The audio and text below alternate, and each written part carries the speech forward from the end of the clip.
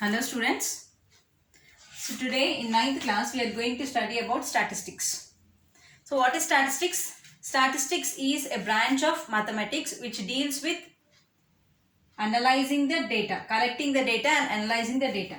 So what is data? The figures or facts collected with a definite purpose is called as data. Sometimes some people come to our house to collect the information, like how many members are there in your family, how many children are there, how many are working in the family. So all this data they collect in a particular village or a society. So they go from house to house and they record all this data. So all these data are recorded in the form of numbers or figures. Okay, so now next, extraction of meaning of the data is studied in the branch of mathematics called statistics. So statistics is nothing but it is a branch of mathematics in which we collect the data and the data is used for analyzing the data. So next, the data collected will be of two types. One is primary data and secondary data. So primary data here, the information is collected directly from the individual. That is, for example, if you want to analyze how many marks a particular student got in a particular class, then we go to the student and ask him how many marks he got in each subject, and then we find out what is the average mark. So we are going to the individual or the student directly and collecting the information. So this type of collecting the data is called as primary data. Next you have a secondary data. What is secondary data? Here the information is collected from a source. That is, instead of going to the individual directly, if you go to some institute, if you ask the head of the institute some information regarding some students, then they give us some registers or records in which the data is already recorded. Okay, so this type of data is called as secondary data. Now here, this is an example of marks of the students obtained by some students out of 50. So here if you observe, the marks got by the first student is 35, second student is 50, like this they are recorded. Now in this, which is the highest value? If you observe here, the highest value is 50. And what is the lowest value? The lowest value is 7. So the difference between the highest and the lowest value is called as range. So range is the highest value minus the lowest value.